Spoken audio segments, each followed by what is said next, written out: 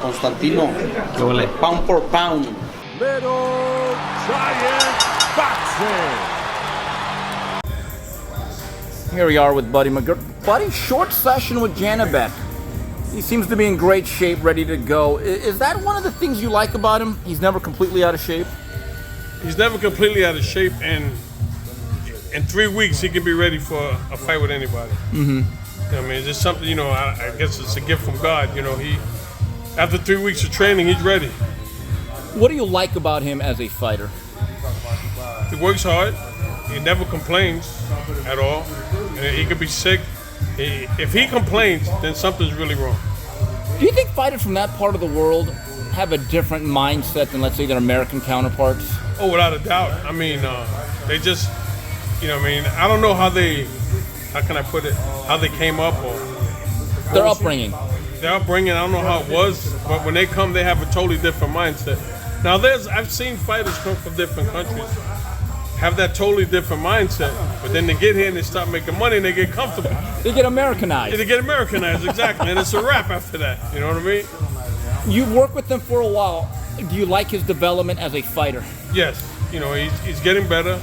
He asks a lot of questions, and he listens, and he doesn't question it. If I show him something, he does it. I tell him, you don't do it the same way I do it, let's just get the same result. Where would you rank him among all the middleweights in the world? I'd say he's one of the best. I'm not going to place numbers like 1, 2, 3, 4, but he's one of the best. And he's ready for any of the other champions or any top middleweight. There is a realization, though. You know how much of a business this is now about matchmaking, favorable opponents. Do you think any of the marquee names between 160 and maybe 168 really want to face him? I mean, I'm quite sure there is at least 2 or 3 guys out there that will step up to the plate. But my main concern right now is just what we got to take care of on the 12th. So looking beyond that, though, do you think overall for his development as a fighter and for his marketability, would you like to see him more active? Busier? Without a doubt. I mean, I believe fighters should be active, man. This is your job, and I think that keep your tools sharp.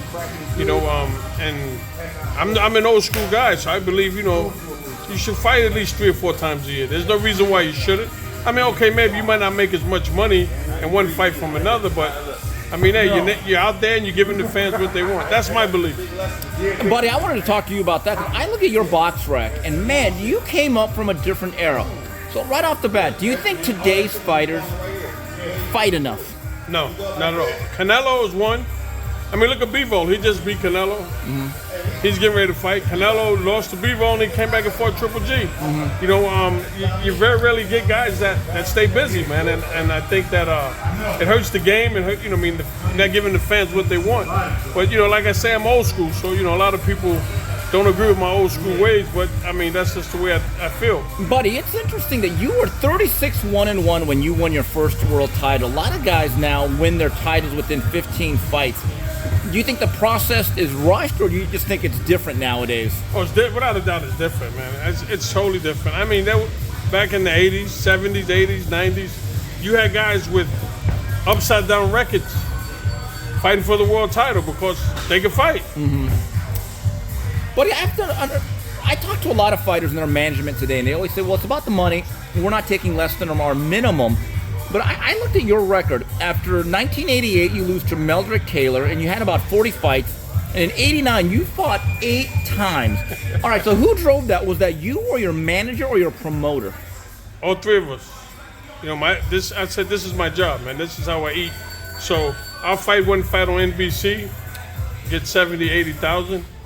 And then I fight again on MSG 2 months later for 15, 20,000. But I stayed sharp. And then when I did get the title fight with Simon Brown, I was ready. Do you think fighters, if they had the chance, do you think a lot of them would actually do that if afforded that opportunity? I think so. I think there's got to be at least 2 or 3. Right. Okay, listen, we all want to make money.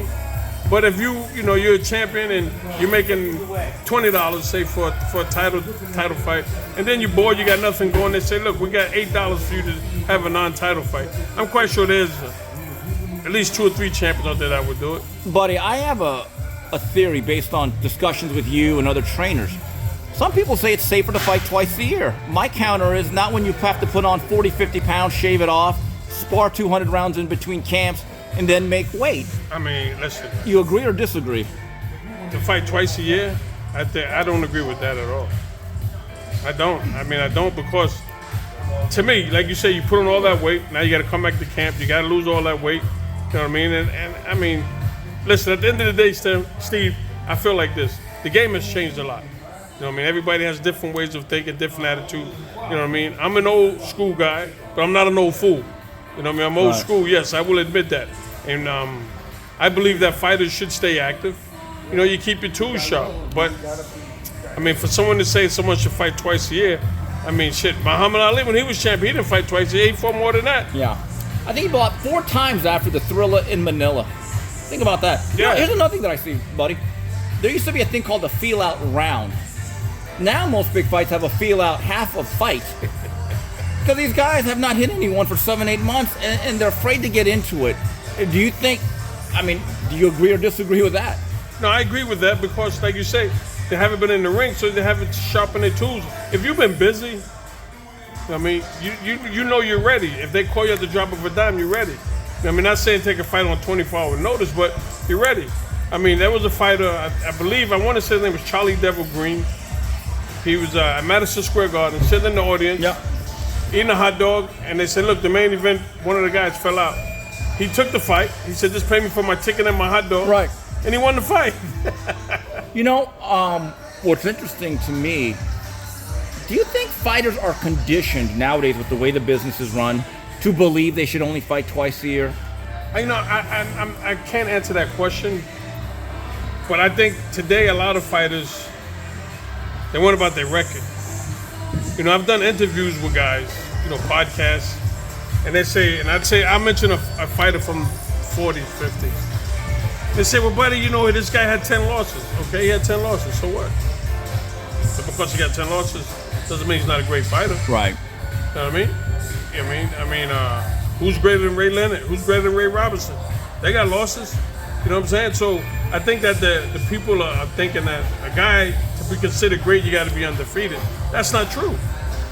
Buddy, speaking of short notice, nowadays fighters think if you give them 6 weeks, it's not enough. You actually took a fight with Gary Jacobs when you're headed towards a title shot on 6 days. Tell us that story. I just came from the movies, me and my wife, and my manager called me. He said, hey, kid, there's a break in the card next week. Edwin Rosario pulled out. I said, where? He goes, to New York. They need someone for this kid, Gary Jacobs. I said, how much they paying? He said, $50,000. I said, I'll see you tomorrow morning in the gym. So he says, what? I said, Al, listen, this kid's never fought nobody. He's never fought out of his country. We're in New York at Madison Square Garden. I'm home. I said, we'll spar from Sunday to Friday. We'll spar every day, Sunday to Friday. I'll be ready. I said, make the contract 148.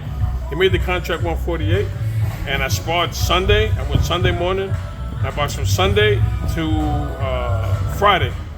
And I boxed a friend of mine. His name was Sean Wallace. He wasn't even a boxer. He was a live body. He was a street fighter, but he was hanging with me in camp, and he used to street fight all the time. He goes, but I can box a little bit. I can give you a few rounds. I boxed him, and I boxed a kid named Adam Garland out of New Jersey. I boxed them, and everybody's like, yo, you crazy man. I said, man, listen, I'm going to beat this guy. This guy's never fought, and we fight in New York at my home. I'm going to beat him. And I beat him. Buddy, wouldn't you say, though, you could only make that type of calculated gamble because you were active prior? Yeah. You were already sharp. I had just fought Tony Baltazar a month before. On CBS? Yeah. I fought him in July. This fight was in August. And I was going to start camp to fight Gene Hatcher. The Mad Dog. Yeah, in September. So I said to my manager, you want to cut a $50,000 in 1 week or cut a $20,000 after 6 weeks? My manager says, I'll see you tomorrow at the gym.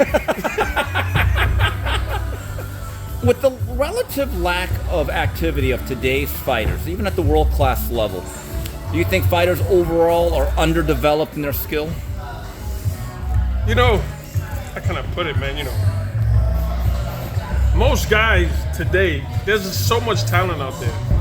I see a lot of young talent, but it's not being showcased, and everybody wants to fight like somebody. Mm-hmm. You very rarely see some guys with their own style. Right. You know what I mean? I'm going to tell you about a guy I worked with couple months ago, I did mitts with Stephen Fulton. Let me tell you something. Stephen Fulton can fight, man. That kid is the real deal. Yeah. We was doing mitt work, and I said, okay, I'd make a move while we're doing mitts, and bam, he'd be right there. You know what I mean? That kid is the real deal. He can fight. You know what I mean? He's honed his skills very well. But again, it looks like he'll only have one fight in 2022. See, and I don't even blame the kid. I don't blame him. I think he's a really good fighter. Yes. But he's in his, I believe he's 26 or 27 in his physical prime, fought one time against Danny Roman. That was his only fight Yes, this year? I think that's his only fight this year. Oh, wow, I didn't know that. So, again, I think it's really hard to market. Because he's the real deal. That yeah. kid can fight, man. And I worked with Adam Lopez when he fought Stephen Fulton early in his career. Yeah. I thought the fight should have been a draw, but, we didn't get the decision. But when I did mitts with him for like a week, I said, this kid's the real deal, man. Buddy, as someone that fought the likes of Pernell Whitaker and Meldrick Taylor, as a boxing guy and as a boxing fan, as someone that's in the industry, your thoughts on Errol Spence, Terence Crawford not happening this year, and have not fought as of yet, and they're now in their mid-30s? That was a fight that I really, really felt in my heart that was going to happen. What happened, I don't know. I don't want to know, but it's a shame that, that fight didn't happen, man. I mean, that's a fight boxing really, really needed, And from whatever reason, it didn't happen, and I'm kind of sad, man. That's a fight I was going to go to, buy a ticket. I wasn't even going to ask for a ticket. I was going to buy a ticket, sit ringside, and enjoy some real good boxing. Do you think that's one of those situations where both men need to say, guys, get this done. You work for me. Make it happen?